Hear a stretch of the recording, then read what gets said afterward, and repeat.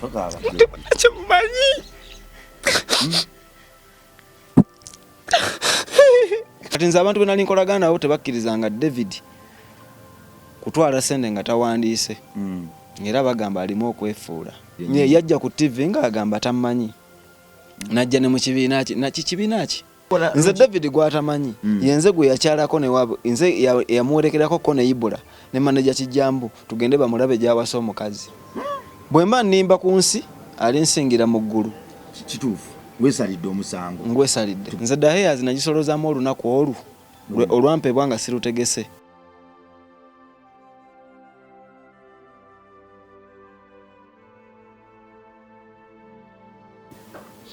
Tufaananira ddala buli kimu. Kubanga tubaye tumaze ebbanga nga tukola kuva na kusanga n'ennyimba ziri nkimanyi olina ennyimba naye kati bw'oba wasonze mu nnyumba zange neekwata n'oleeta Bulaya n'akuba tulina okutambula kati nga ŋŋamba olwo kwe kuŋŋamba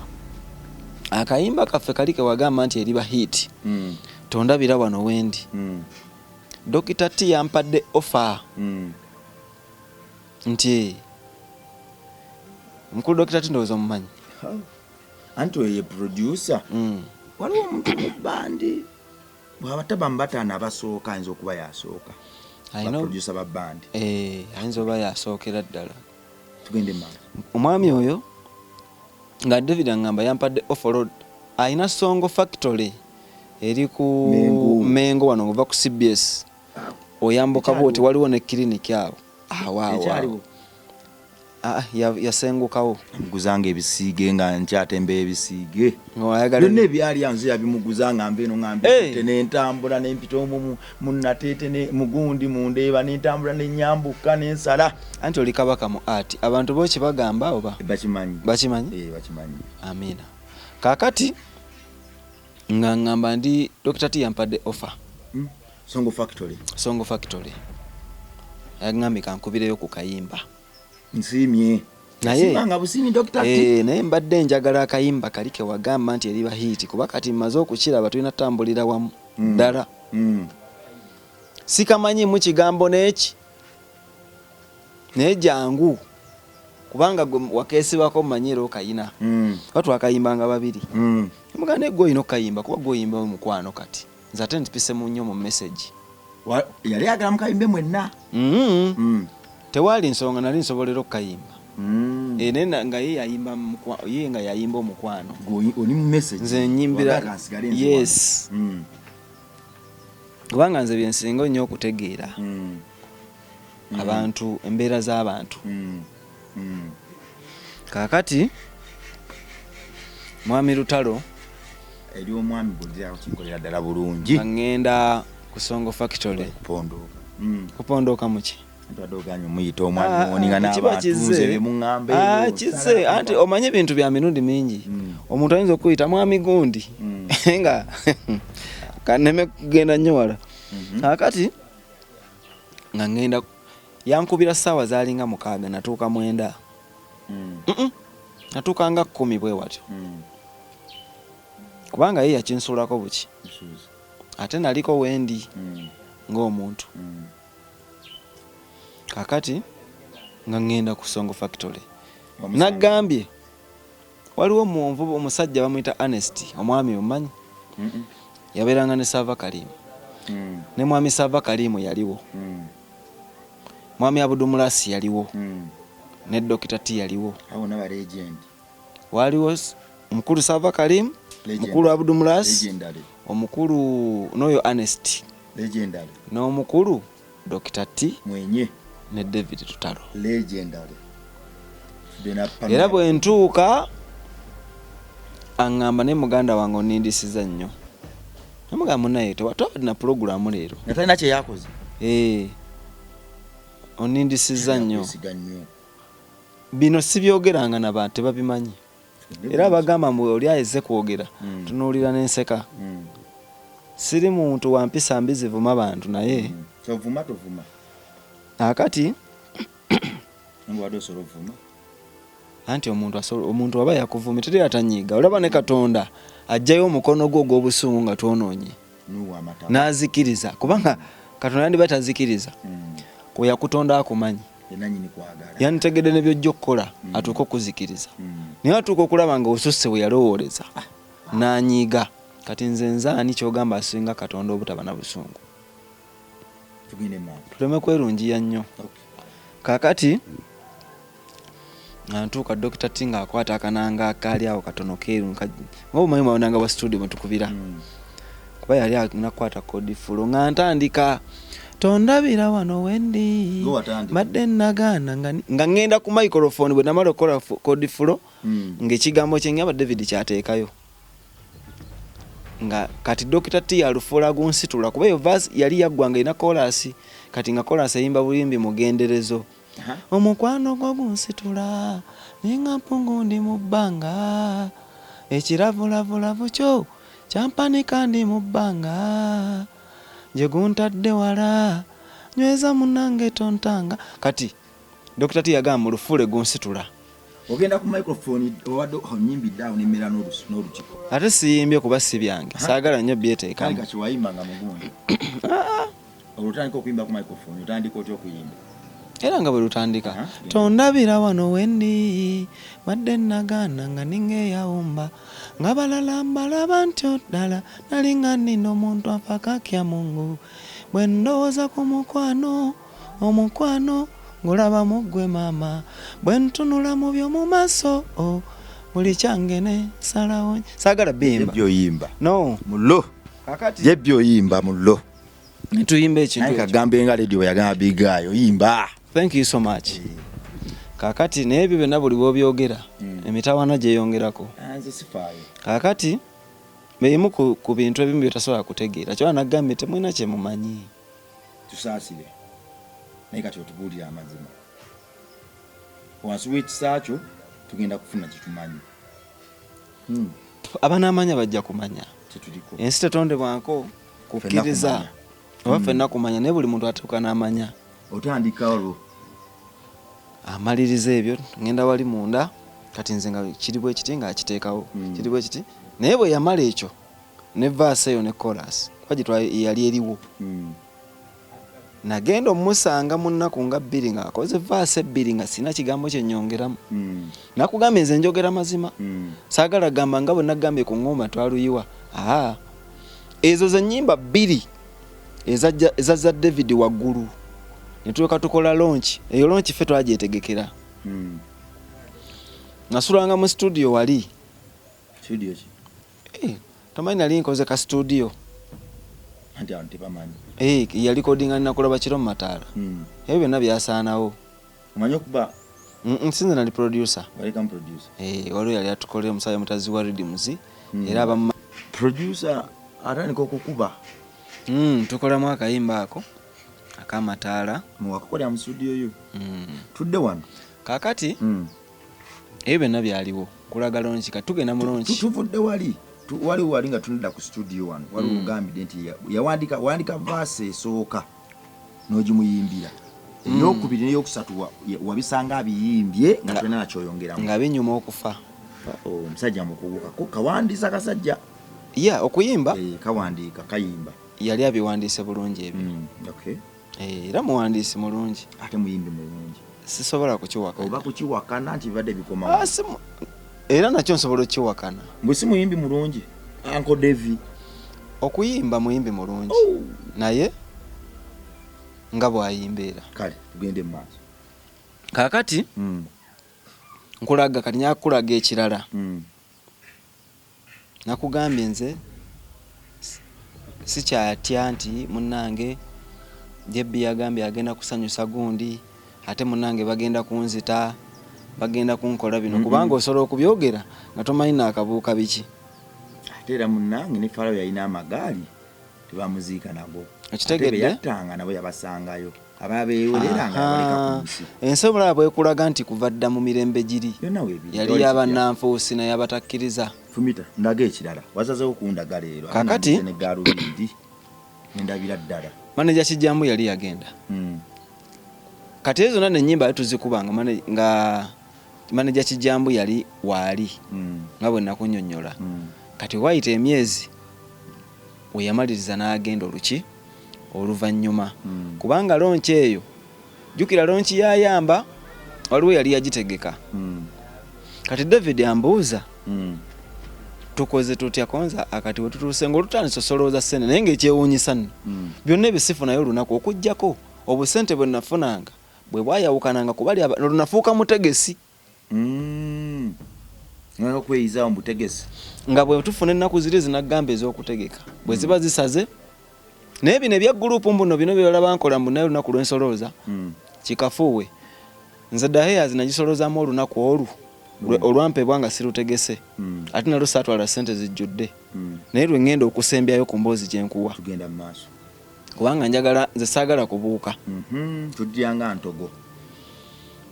tutuuka otegeka konsati eyo kunsitula David yalinayo ssente ku akawunti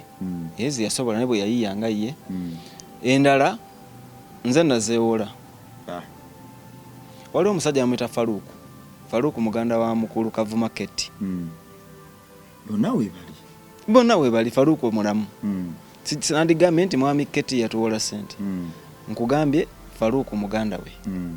mutegesi wa bidongo era bamumanyi endagaano nze gwe yawandiikira era yaŋŋamba n'okuŋŋamba kati nze abantu be nali nkolagana nabo tebakkirizanga David kutwala ssente nga tawandiise era bagamba alimu okwefuula aga Katonda naye ate nze baazimpanga ifula ati Uncle David timulabangamu ate nze yanneefuulira dda naye nze mbuulira byoyogera sikiinaako obujulizi naye bimbuzaawo najja ne ku TV bino byenjogera yajja ku TV ng'agamba tammanyi najja ne mu kibiina ki kibiina ki goba mu kibiina wali totukaganye nabina nali situkagana na Mutindo era nze yali omuyimbi atalina makulu naye paka kati nze muyimbi amanyiddwa mu gurupu eyo abalala bonna abalungi ki ekyabalemesa abali qualified ki ekibalemesa okwenkana JB atali qualified kale ogenzi bwa Faruku wali nkolaga nteeka ya lonchi Faruku ampoze ku ssente zonna tuzongeramu kutegeka gundi bulungi kola ssente me Faruku yampola obukadde babwalimu butaano biseera ebyo bwabanga bungi ssente ziba za yampola butaano naye nga omanyi concert kuva dda ziri akasente tukola Satellite Beach Mukono gunsitula waliwo ekifo kyalingawo kati baba lyafuuka ssomero Tebe Road Explorer awo manyiwo wansi tukola Equatorial Hotel njikuba kakati mu kukola ebifo ebyo ffe twetegekera naye ng'omutegesi ye nangeera abalala bonna ffe tutuula wansi ne tubala package kuba nali njiza endongo ogimanyi olwedde nga ne gurupu nze ngitegekera juga nagamba luli bwe nateeka obulango ku rediyo olwo tuva muyamba wali we nakunyumirizaako nti nze nsooka oteeka obulango ku rediyo twatandikirira mu Luweero badonzi twali tugikoze mu gwa 11 ate mu gwa 11 season tutakola mu Bulemeezi Bugerereyo Kyaggwe mu myezi egyo kati nteeka obulango ku rediyo share yasooka jukira nga tukola ennaku 2 gurupu abategesi ne bakola olwokusatu bayitawo wabitungulu awo ng'ekikyusa twafuna abantu 605 twafunanga 150 naye bwe nateeka kuba banners nenteeka obulango ku rediyo ekyo kibuuze muteegerera kuba gwe nali nkola naye bw'aba tayogedde mazima nze sikyafaayo lukaga bangi nga tekibangawo abo twabafunanga tugasa ekipande twakolanga Segawa Vincent Segawa olwo ekipande kyetwakolanga ensisinkano y'abanene nga olaba ku bantu 607 8 naye kati nga Daheyaz lwesooka okufuna abantu 605 211 wabitungulu ewasooka likodi ya Daheyaz ey'abantu muwunga era jjukira lwali tukolera 35 kati nali nze nninyisa endongo giteeka ku 14 zaali mpaka nno manager Kijambu agamba nedda Lutalo agamba nedda ne mbagamba tuba tetutimba bbana tuba tetukuba bulango naye kati ntadde obulango ku biiti temubuwulira Tadias yabukola nampa n'omukyala yali ku biiti aba bamuyitanga Miliyati nyentwalayo obulango nkuba banners ku Nairo Theatre wali otuzikubiranga shono ziba massive David yampita nkuzizaamuko emabega katini nnyo naŋŋamba omuntu ayinza okubuuza ddala gwe walitegeka otya ebidongo naŋŋamba nti Jebbi mukakasabye muŋŋamba mutufunye abantu 605 ne mugamba ye nampa obugalo naŋŋamba weebale olwo endongo nagiteeka ne ku 4,000 naŋŋamba weebale kyewabala kikoze ozeemu n'obala ogwokusatu ne gukola era nze bwe busente bwe nafunako omu nga mu nnaku z'abategesi kitegeeza olwo nali sikola ate n'omulimu gwange nze okufuna nga nina kufuuka mutegesi naye ate saanyiiganga kubanga olw'okuyimba kwange nga ndaba kumpanirira okufuna mu maaso byonna bye njagala kuba nali ntandise abantu batandise okunjagala batandise n'okunkubanga ne basimbye mu The Hairs olina n'oyimbayo kasho ne bakuwaayo ku ssente ezitegeerekekako kati nga ndaba bino si bikulu kasa nsobodde okubanga zino ennaku zo ezitwateese zitegeka tezeefuuliddwa bwe ziba zisaze nakkirizanga nti bwe kize bwe zaafunanga ne zifuna mwategekanga wafuna ssente mmeka ennaku ez'okutegeka anti kisinziira endongo ogimanyi kale wateyanfuna ku kyasinziiranga kufuna abantu bwe babanga bazze tosobola kugamba mu ndongo tebaako garanti nti wali nafunye abantu 1,000 ne wano 1,000 range mulimu zosobola kati nakolako ne shemu ezimu kuz'okuteeka ne zisalira ddala ati ayi ne zimana ne zirama nnyo ng'oyinza ofissa emitwalo 5 ng'oyinza ofissa ssente ezimu ezisingako awo oba olumu n'otafuna yadde 10 ensi bwetyo bweri mu mirimu kaakati munnange bwetutegeka lonki y'eŋŋomba zange aba naye nga twalina okutya jjukira kati nze ojjukira n'ekyokubiri nakye nerabidde David nze mulaga Norton genda obuuze Norton akola videos ezo zonna zozoolaba kuba lwaki nali nga ku Majestic mu video coverage Norton yabeerangawo nga tanaba nakola kampani ye naye nga ayagala ali mu process Norton and George buli kyenjogera bwino wali genda obuuze Norton alinamu ku ddiini yajja kubuulira nti kituufu Jebbi namugamba ono kubanga Norton yankolera olimba video yange kangende Bulaaya eyo video yagikwata teyansaba ssente nekubula Norton sente ze yankolera ku luyimba olwo sogere ng'okusiima omanyi okukwata emitwalo gyali 15 jokka kubanga wali omusajja muyita Medi yatuwanga kamera ku DDS yaŋŋamba Jebbi bw'oba watandise okuyimba booti kamera nange nkuwadde ya bwereere naye nga Medi twakolagana kuva 2008 nga tuli nange ndi kayanga mu mataala nga bwe badde mbikunnyonnyola tukwata amano naye nga tuli bagezi nnyo ne Ibula nga nze nsookola script ze nali nkoze ku nnyimba nga nezimu hiti wano ne weewuunya gwe kimanyi ke batulepuko waluka gaffe twakola video eyo concept yes n'ebirala bingi ebyo ate abantu tebabimanyi kati bwe nkuza ku paati eyo ate biriko obujulizi gwe kubira bw'ono oyagala kyali wange yali Boston ali mu America nja kuwa ennamba akuwe ku bino wa lutalo ne bwe twaddusa ebintu mu nju nga bamubanja kuba twali naye tugende mpola ekitegedde bulungi nze David gwatamanyi yenze gwe yakyalako ne wabo nze yamuwerekerako ko ne Ibula ne manager Kijambu tugende bamulabe gyawasa omukazi Anatoli yakikolako ebyo nate mbimanyi kati saagala nnyo genda kale mu bintu bya munda nnyo bino ebyobulamu bwa obwo saagala buyingiramu naye olw'okuba abantu bakuleetera okwogera byotandikoze kati kankulage lwaki nava mu The Hairs tudde wali omutegeka anti wendi negunsitula nkulaga bye nakola ku ngumba zange oba abyegaana oba abikkiriza ge mazima omanyi kuno ku nsi bagamba waliyo n'akakooti y'eggulu otebuka eno eri eyinza okukwata yes eno bwekwata eri oyinza kati nze nsazeewo njogere tugende mu maaso bwe mba nnimba ku nsi ali nsingira mu ggulu kituufu weesalidde omusango ngwesalidde tugende mu maaso kaakati munnange mwami Lutalo oyo nga bw'omulaba nga twayinanga pressure babiri mubala ebintu era mu ssente ezimu ze nawulira omuntu gwe yaŋŋambako eyanoonya ku ssente zo yali mukyala we ye nze n'oyo mukyala we Mama Scott yes ku kiyanyumizaako kuba waliwo embeera yaliwo nga tumaze nga masikoti yajja sente ezo baali bazaagala.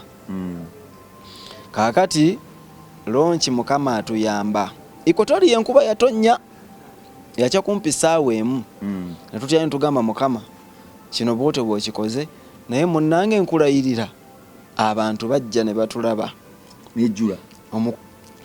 bwajja ne bamulaba mulonchi awo ku Ikotoriyo enkera twali tugenda Satellite Beach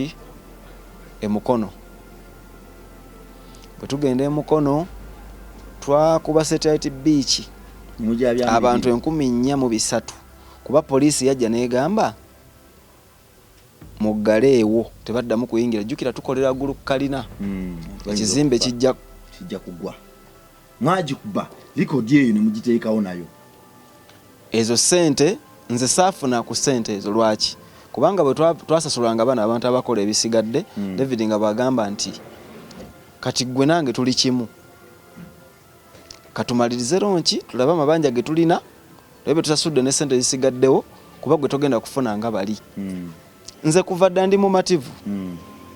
ensonga kinagambe sina kyenjagala kumpa ne bwakimpa sobola kukitwala kuba tasobola kukimpa talina kyasobola kumpa.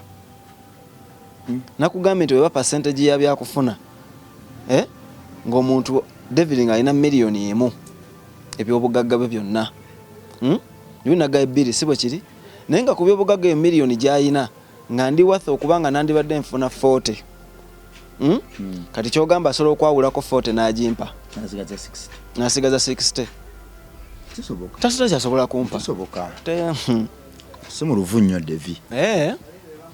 nga bwatampera ku sente ku lonchi yansuzanga ku kapeti. Tugende maaso mukuba Satellite mujabizaamu tudda ku Explorer eyo kakaaga mwebyo mu bitano byali byaki abantu bayingira kakaaga bitano bare kakaaga bitano okuyingira abantu bayingira kakaaga bitano 10 z'abatano zali 5 za Ikotoriyo yali omutwalo kakaaga bitano kate gwe mwaka mu abagisuula abagira balonchi yayamba bamanyi abantu bamanyi amazima abantu bajja kujja boogera amazima abatuufu. Bino ebintu kati tebikyali byakusaaga tebikyali byakwewomereza njagala njatula ebindi ku mutima nsanga naawe wuka kikola amakulu kitegedde sediment eyo njagadde nnyo byatule osonyiwe owewuke. Kaakati munnange nga tukola ekasangati weekend eddako ne Luweero Kasangati ewataakola nnyo netwafunawo ng'abantu 12,000 ne tugenda Luweero ku kyalo awo twafuna abantu ate weewunye Luweero teyasinga ate Mukono na Explorer twafunayo 28,000 ezaali 28 kati ne tumala shezo bulungi nnyo nze ninze nange muli mngamba era ndowooza wano jjukira oluyimba lwe balonchinga ennyimba zombi ezironchingibwa nziina mu art olayita takyamanyi nako bye twakola gunsitula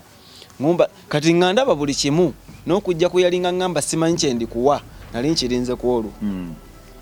kati yayinayo genda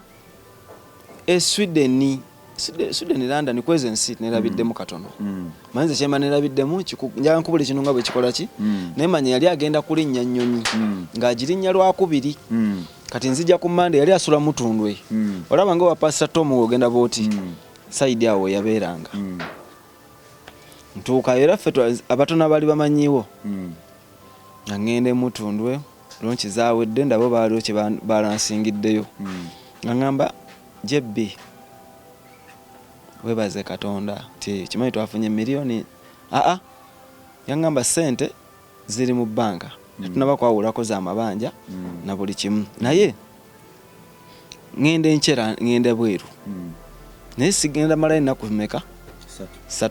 watu ali mu myezi nga oba twali tuyingena kuyingira December era bwe wati watu ali mu kwa 11 awo yakoleranga lonchi myezi ejo kakati nti naye bwenkomawo tugenda ku balansinga nanga ye kati golozo ogenda funa sente nga mmeka konze simanyi ekyo kiri ku ggwe. Naŋŋamba oyogedde bulungi kati kamala ove bweru tukole ki tubirabe. Ne musiibula mugaa tuuka bulungi tewazihagaze wa toyagalanga mukwano gwali gwa ddala. Era obuzibu lwaki nagaita fumiitiriza ekyamuleetera ebizibu bino byonna butalowooza ku nze na butalowooza ku bantu be yatandika nabo ne yeesiga nnyo abagwira mu nsi ye. Kaakati ekyo bwe kyaggwa n'agenda ebweru. Yaddanga ku weekend ne tukwatagana next week Tuesday. Kubanga lwana Tuesday bwe namusanga ewaka yamutundu era awo nzize kufuna ssente. Jjukira nasulanga ku kapeti wali mushezo nga tuli mu kuzikola ololonki kuba kati bwe neewola ziri ssente. Samuna yatuwa drive ya bwerere. Samuna ndozo mutegedde. Watuwa drive ya bwerere n'amafuta yalina ekimotoka eyo yabanga n'emmotoka ebikuba drive. Ngamba David drive eyo yasooka neekola olunaku olusooka ne muga drive mutegenda tumala Kampala munene tufune drive y'okumeka naŋŋamba sirina ssente nawe olaba ssente zituweddeko tetunaba kati kusolooza tusobodde tutya n'ogwo omukisa tugufunye buki bufunye ogwa drive eyo. Ne mugamba nange bw'oba olina amagezi agayiya drive endala eggumiza ekyo nkikulekedde kyonna ky'onoŋŋamba ngenda kukikola konze kale nenoonya mutegerera ne mugaa drive tegenda mala lonki ezo enguudo zonna za Kampala twetaagayo n'endala nga ate nayo yina vibe eyogera nosinga ne kweri ku ngeri gye nagiwuliddemu eri ntye mutege naŋŋamba kandowooze nembuuza tuyinza kufuna ani n'akubira omusajja amuyita Dokita abeera weggaba era abadongo bonna abasinga bamumanyi Dokita Beeka weggaba eyo ayina ebyuma nga tugenda nga Dokita Beeka agamba ngenda bagulira amafuta kuba mugagga nga teeke mu mmotoka agukola mwagala mbakolera ennaku mmeka nti bweziti mbawe ebyuma naye technician ye mugenda musasulanga n'okumuliisa wabula nze kambawe ebyuma n'amafuta na buli kimu bwe gaggwamu bakubire nze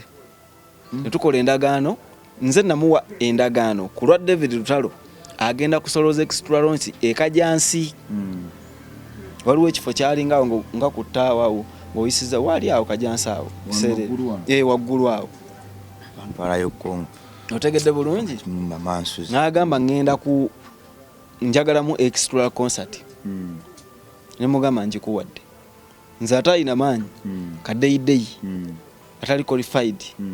mbwaza kuno anti yabulako bubuzi yagamba era tujja kulwawo nnyo nga ffe bajja ebbi byekwaso tugenda twekwasa twesiba ku bantu ng'amannya gaffe naye nabo bajja kulwawo nga balutalo nga batankuula ntalo ng'amannya gaabwe anti njogedde kyeyayogera ekitala tojjaayo ekitala Bible tugamba anti ojjukira waliwo byojjukira ng'owulira ofa naggambye kanjogere nzitowolokoke kati otowolokose simanyi sikiwulira akiwulidde nakiwulira ddi Katonda lwanasalawo natowolokokera nja kugamba nti kati bwe naamalayo emboozi eno towolokose naye ngituusanga bweyina okuba ntowolokose nja kutowolokoka gende mu maaso. Dokita Beeka geno ne wali ate musajja mugagga tamanyi yadde David oyo waisede zeeyongera David mugagga anti bobo tali bubi akoze ekimala naye ate oli Beeka gwenjogerako mulalamu tugende nkitegedde ogimuwa jebbi byekwaso ne muwa concert nga seebuuliza na ku nnyiniyo kuba nali byenkola bibye nze siryanguzi nti naga mpaayo nkole bwe nti teriyo ate seefuulanga nze newuunyo kabanda kuba nali simusuubira vaamu statement eyo okugamba nti jebbi bwe yagambanga nti mugenda kukola ennaku teyakyusanga nga teyali mwana muto era yaŋŋamba gwe kikubonyabonya kwagala kubeera mwerufu mu nsi olimu omwo kabanda bwe yagamba kaakati kabanda nakuba bivuga yawola abayimbi gwe bagamba asiba abayimbi ate nga nali simusuubira vaamu statement eyo nga ye kaakati era yateekako omukono bwe namala owandiika endagaano aweereddwa show agimuwadde jebbi ku lwani ku lwa lutalo ate abaddewo mutegerera nasaako omukono n'ayita ne mutabani waawe ne nasaako omukono abaali awo ng'abajulizi netufuna drive ne tukuba drive nga buli kimu byonna nze aga Katonda muggulu lonchi y'engomba zange saafunako yadde emitwalo 10 mukama tugenda avudde ebweru anti awo aga mukama yebale tufunye kasente tufunye mmeka kati obomvula banatoli kali atangalo banatoli tebaswana kubeerawo banatoli ajiddewa anti manyi lwaki yabadde akunyumiza mbu basigala babiri kijambo yabaleka ebyo bibozibozi nze sibyagala nze nagambe njagala ayogera amazima bw'anaabanga ddala akakasa nti yalokoka mu mwoyo obulokole sigenda mu kyaki beera mulokofu wa mutima kimala wadde n'okuŋŋaana kuba nebo kulungi ne bw'oba okuŋŋaanira mu butuufu so si kabampaane oyogedde bulungi kaakati komawo nange muli engalo muli ŋŋamba bannange sente nga bwe ngattagattamu kali kireeta abantu be twafuna akasente nkalaba nagula kapoloti nagula kamotoka boda wuliriza kaakati bwe ntuuka ku Tuesday bwe mutuukako nga ŋŋamba kulikayo nvuddeyo biki tanti kati nnonya kasino nzize ku nsonga zaffe nange nkiri yalinge ku buzibu bw'enkola ki wenina nangamba jjebbi ogenda kunsonyiwa omuzindalo gunemeredde oba gukwate jjebbi ogenda kunsonyiwa kwata omuzindalo gwo olaba kati gwe atali muzitowere wa mutima nganze gukuzitoweredde nga nze nkubuulira kankana gusobola okugwate ntufi bino byenjogera bwe mba nnimba Katonda yamanyi support kanje je wano kutama angamba konze kiki kati ate ngenda okugamba bigenda nakuneewuunya noza bwe obusiru bwe nnina konze kiki nangamba saakugambye twafuna miliyoni 7 konze yes nga tusasudde n'amabanja agaali gatusumbuwa ko bw'ogattagatta abantu abo kituufu sente zaali zisobola bw'ogatta konsati ezo zaatambula zaavamu sente eziwera zaali mbukadde nga 10 ate abaali babanja baali mu miliyoni range eza 23 bonna wamu bw'obagatta kuba omuya konze nangamba omumasi naladde olw'ataano konze lwaki omanyi kye nakoze nkooyo okupangisa banzigiridde ennyumba eruwafu nengenda ngulamu enju sina sente nemu gye ngenda kuwa naye mbadde nsaba bw'atyo tugende mu ttuwa eziddako otandike okufuna sente mu shows nga sigwo zitegese bino byobadde oteekamu kati njagala odde ku nnaku nga director w'oku ntikko nga bategeka nga nange bwe ngabana osobole okuzza entuuyo zo kati no sikulimbako nti nanyiiga bino byenjogera sikulimba amazima ga Katonda era namuwahaga bwe nti namugamba kati gwe kulinnya lyofunye ekyo kikugwana kuba kati nze nange ndi mukola ki naye kati nze nemba nga nkyasula yeno gwe kikugwana nangamba era bwe yalaba nga nsanyusa nangamba bali mugisiiga langi kuba yali amanyi nja kunyiiga oba naye yali amanyi nga sisobola kuba teyandimbuulidde wazali yaninkuteyo kyampa n'asigaza enjuuyi endowooza yadde siringi 5 saagafuna naye ekyasuzanga ku kapeti wali navanga mu show jukira ova mu show saawa 10 kati n'otuuka 12 nga bwe neebaka naye agenda osimbula drive emirimu gijja kwesiba era namugamba nga nsula ku studio wali ku kapeti wansi ng'ate ye yeebaka munnanga agenda okufuna ssente nga mugumu kuba yali nga amanyi wendi teri kirema era tewali kyalema mundu bw'olifuna abayogera amazima gwe naawe ojja kutandika okulaba nti bulijjo aboogera bakuba kiboozibozi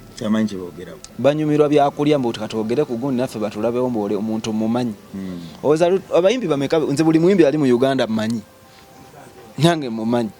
lwaki siboogerako nti oyo yooli okitegedde bulungi kakati munnange nga ndeetera wafunga ennyumba nga tulaba ennyumba bagisize langi olwo bamaze okuyingira munju awo abo nga tebajja eno nga mwali mu gurupu abo kakati awo wentandikira wewaava obuzibu lwaki nva mu Daheyazi lwaki bwamalanga ŋŋambayo ekirala akwadde ziri ennaku aŋŋambye nja zikola kakati nga tugenda mu ttuwa nga tukuba emyezi nawe twava mweyo twagenda mu ttuwa y'essingo nga tukuba ssingo nga ggwa saakolamu lunaku n'olwo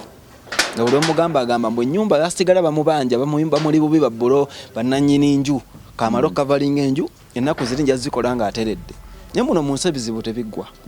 okimanyi muntu ayinza okugamba nzimba nju yemalako ssente bweggwa nja kuyamba kati ate bweggwa n'atandika endala otegedde bulungi abantu babeera n'abantu nga babakolera ebyamagezi naye ne balowooza bo abakola ebyamagezi ate tebalowooza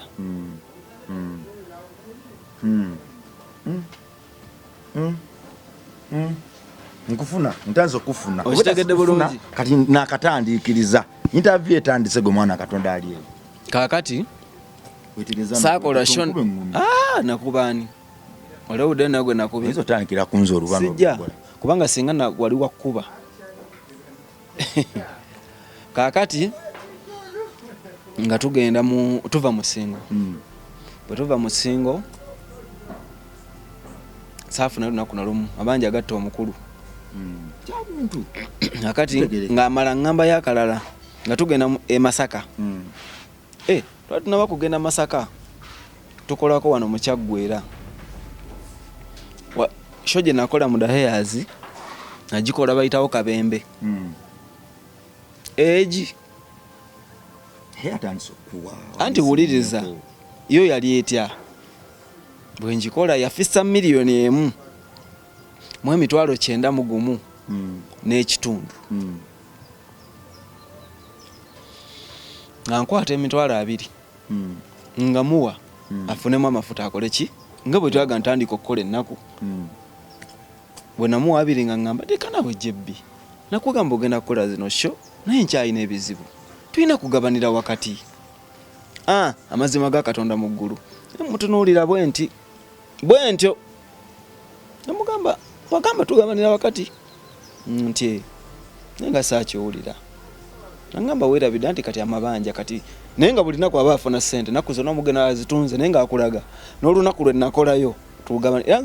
nze nava dda nga ndi mumativu nenkwata ssente emitwalo 9 mwegi nyenjimuwa kamotoka ke keita kamugamba mu motoka uddobo ke kaaliwo ye yaliwo kale mu motoka ye kakati nazibaka naye manyi kyantiisa wentira lutalo oyo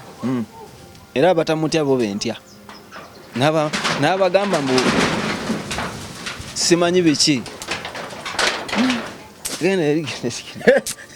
why Jabbi obusungu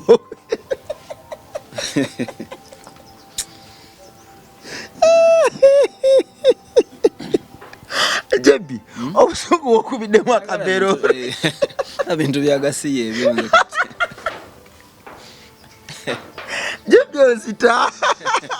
Jabbi akabeero kubye kakyo oluyiwe eryo kanjagazayo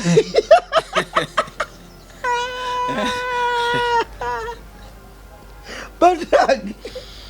bale musonyi okuseka ne Jabbi akabeera kyasirako akati munnange wadde bakuzeemu wagaba akulogalo gasembereza bintundu byesitegeera nze kakati Badagi bandange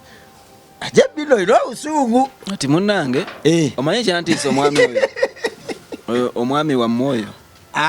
omwami w'eggwanga si waffe mwami wa Katonda Katonda ekyo yakimanyi kubanga nyinza okuba nze byendaba Katonda si byakola ki si byalaba kikulu kakati kyasinga okutiisa miliyoni muwadde 9 9.5 kati bwe maze okusimuwa akutte n'obubeera kumanzeko emirembe kakati bwe maze okuzimuwa lwaki obwekengedde nnyo obubeera anti bujama atogaze nzirugala nnyo bwe bukulumbye nze buntya bukimanyirako firimu za holotero ziraba nokulooza ndi kijjanga kiveera kumbe otandika okwandeka kumbe munnange kirikuddwa ati munnange nga nga ngamba bijibbire kanaawe olimba nti twagambye mu makkati ate ogumu ekitundu akasanva ebitaano aga Katonda mu ggulu oyo omwami nenkwata akasanva ebi kuba oba mwasoloza coin zibaamu gwe 9,500 mu kasanvu mu bitaano namuti okugamba twagambye makkati ate guli ogumu ekitundu akasanva ebitaano nze no mmanyi olaba nakuulinga nga sente nzikoze ne bagula enju ne sinyega kati nkayanire kasanva ebitaano ate oba nkayanire 95 ziyali ayagala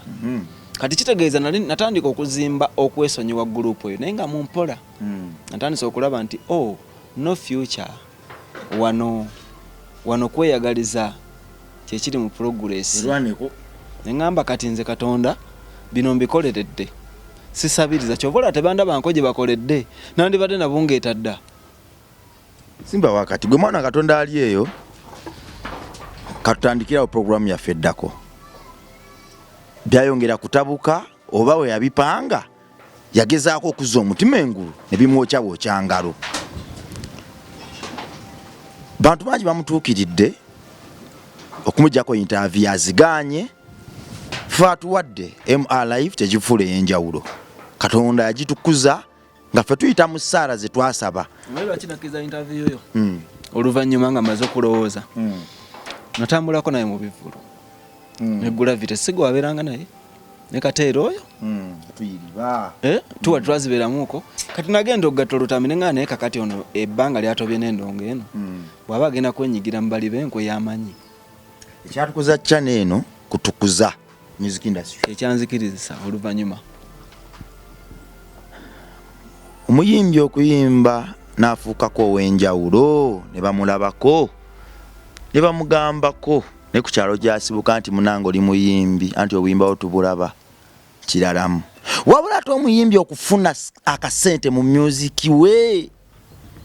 n'akalabako nakyo kiralamu naye ate omuyimbi era okubaako ne kajja